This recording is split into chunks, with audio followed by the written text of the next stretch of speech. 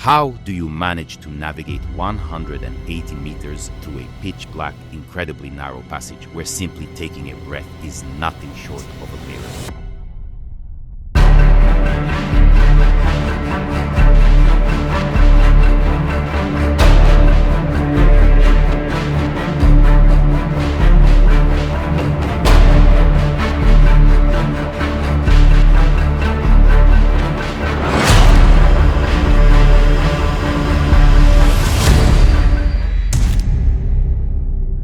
The world's most intriguing prison escape took place on these lands in 1988. What made this escape unique wasn't just the length of the tunnel or the difficulty of the breakout. It was a group of 18 men, each holding vastly different worldviews. Men who, in the ordinary outside world, would likely never have even stood side by side. Yet they united as one for the sake of freedom. The newspaper headlines throughout the year of 1988 carried a truly unusual and remarkable story. It was the largest and most elaborate prison break that anyone had ever witnessed up to that point in time. How do you find your way deep down beneath the cold, hard concrete? Would an anthill's entrance or a mouse's pitter-patter guide you?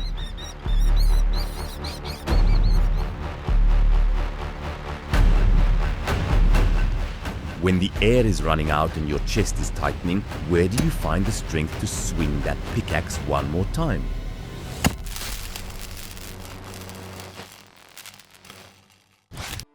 When the idea of escaping first crossed their minds, they probably just looked at each other and laughed. It seemed impossible, but the harsh prison conditions and the way they were treated drove them to cling to that impossible idea. As they made their plans, they didn't overlook a single possibility. But above all, the greatest test they faced was to remain patient. When the calendar showed September 17, 1988, an event took place at Kırşehir Prison that would go down in the history of world prison escapes. For 5.5 months, 18 prisoners painstakingly dug a tunnel exactly 118 meters long. 18 prisoners, a 118-meter tunnel. From the moment the first pickaxe struck until the very end, they faced death every single second. The tunnel they were digging could collapse on them at any moment, or they could suffocate right there from lack of air. But their desire for freedom was so great that death had become a long-forgotten word to them. This wasn't just a story of an escape, it was a story of patience and creative genius. They had to build a life underground. They had no professional tools at their disposal. Bunk bed frames were dismantled, hammered down, and fashioned into crowbars to break through the earth. But as the tunnel grew longer, the air began to run out. Once you're 10 meters into the tunnel, your enemy is no longer just concrete or dirt. Your greatest enemy is invisible.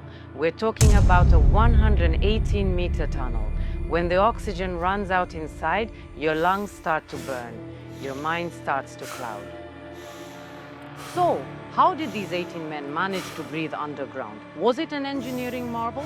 No, it was not. This is a story of true sacrifice. One of their dear friends sacrificed his own leather jacket. They cut it all up, stitched it back together, stitch by painstaking stitch, and turned it into a functional bellows. From the outside, the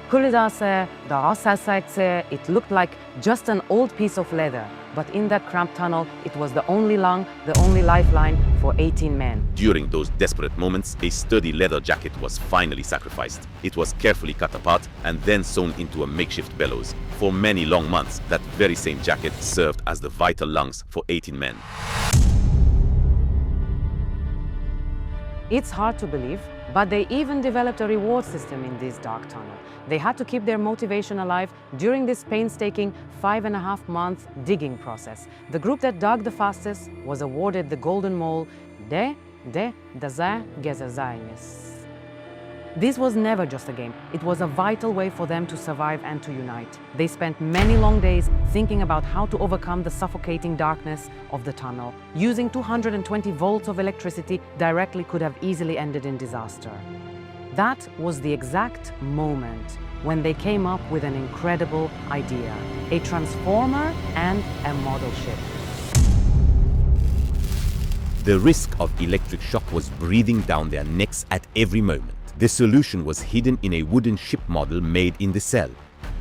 The transformer powering the decorative lights on this model, called the Freedom Ship, was actually lighting up that dark corridor underground. This team had another major problem. Digging wasn't just about clearing a path, they also had to dispose of the tons of dirt they were excavating.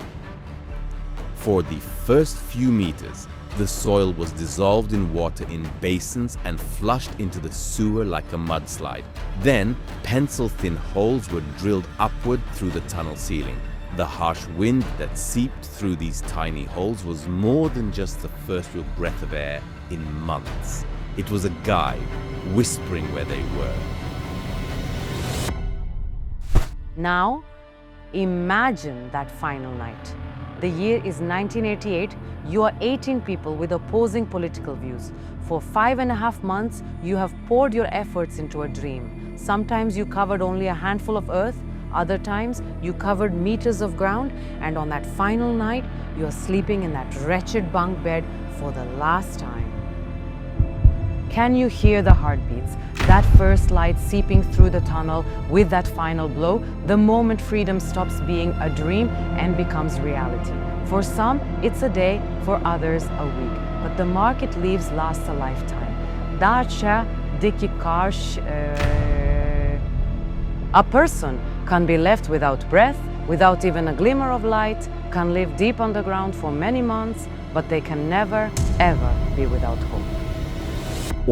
On the night of September 17th, at the 118-meter mark, a rod pierced the surface of the earth. The rush of air said, "It's done." The journey was over. That night, 18 people passed through that narrow passage. They carried nothing with them but 5.5 months of exhaustion and that souvenir photo they had taken inside the tunnel.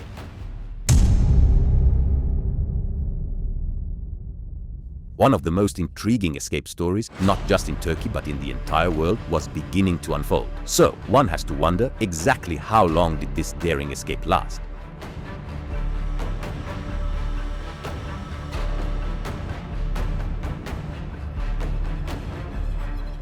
For some, it was a day. For others, a week. For some, it was freedom. For those who were caught, it was like a brief respite. But the story didn't end there. One of those who escaped didn't stay put at their new destination. He dug another tunnel. He was just 2 meters from daylight when a voice called out from outside. "Your release order has arrived."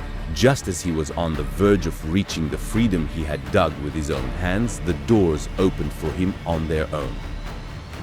He left the tunnel he had dug behind him like a secret buried deep beneath the earth and finally walked out. This escape was the greatest proof that a person can endure the darkness, can survive for many months underground, but can never truly exist without the light of hope. This wasn't just an escape story, it was a way of saying, we are here. As they clawed through every centimeter for 118 meters, they escaped not only from prison, but from the silence of history, or even though the records say they were caught, the smiles in that photograph tell a different story. Because what was visible at the end of the tunnel that night wasn't just the sky, it was the invincibility of the human spirit. If you are still in the dark about this, then perhaps all you really need is a sturdy bunk bed rail, a classic leather jacket, and a truly unshakable sense of faith.